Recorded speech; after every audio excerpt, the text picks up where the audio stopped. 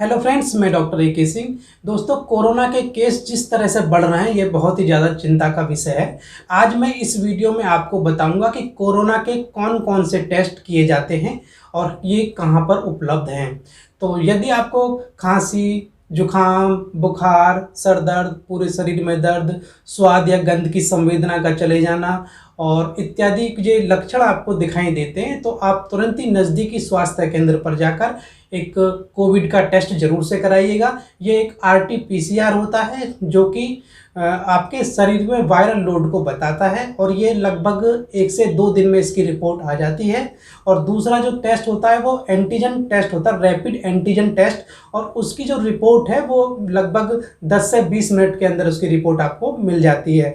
और कोविड के संबंध में आजकल कुछ ब्लड इन्वेस्टिगेशन भी करे जाते हैं। वो इन्वेस्टिगेशंस क्या होते हैं मैं आपको डिटेल में जानकारी दूंगा।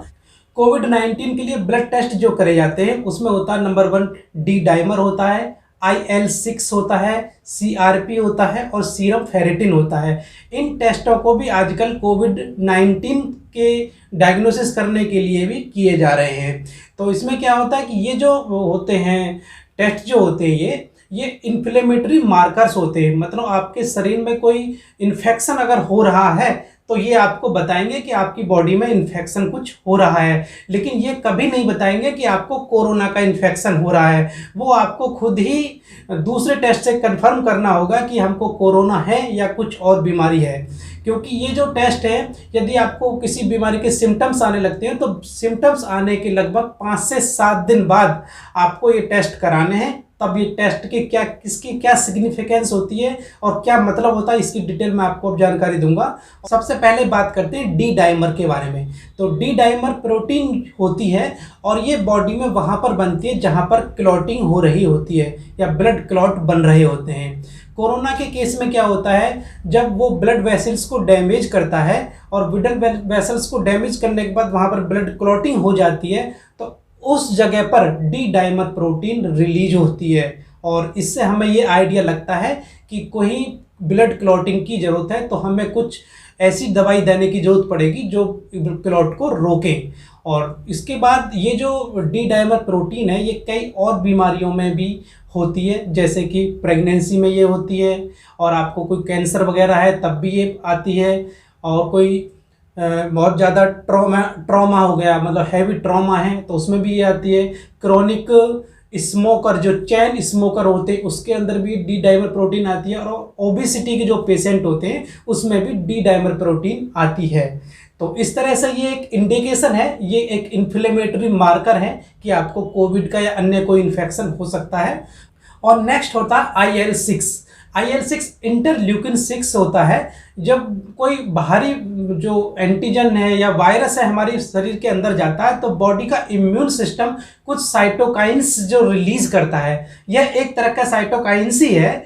और जब वो रिलीज होने के बाद वायरस को मारने के लिए पूरी ताकत से लड़ते हैं और इस लड़ने की वजह से लंग्स का कुछ हिस्सा ये साइटोकाइंस भी डैमेज कर देते हैं।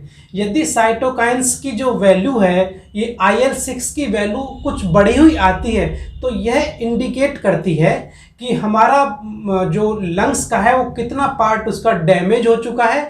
यदि ये ज़्यादा राइज करा हुआ आता है तो हो सकता है कि पेशेंट को ऑक्सीजन की या वेंटिलेटर की ज़रूरत पड़े। तो ये इससे केवल ये इंडिकेट कर सकता है कि बॉडी में इन्फेक्शन हुआ है और लंग्स को जो मतलब इतने % डैमेज होने के बाद इसमें जो ऑक्सीजन सपोर्ट की आवश्यकता पड़ती है।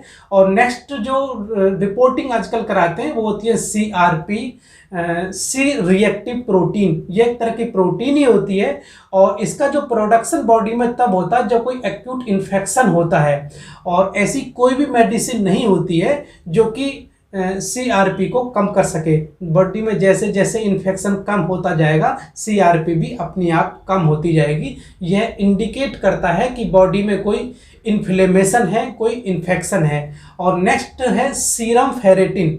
सीरम फेरेटिन क्या होती है, यह शरीर में खून की कमी को बताता है और इसकी जांच जब कराते हैं तो ये पता पड़ती है कि हमारे शरीर में आयरन डेफिशिएंसी एनीमिया हो चुका है।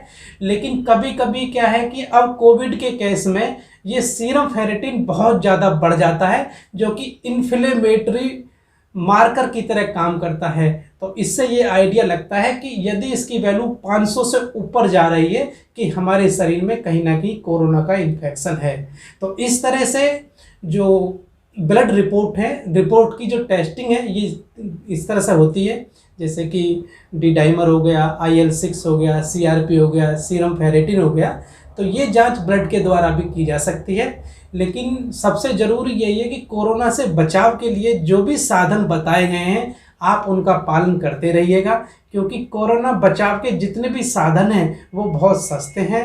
लेकिन यदि आपको कोरोना का इन्फेक्शन हो गया तो उसके बचाव के जो तरीके हैं, जो साधन है, वो बहुत ज़्यादा कॉस्टली हैं, बहुत ज़्यादा महंगे हैं।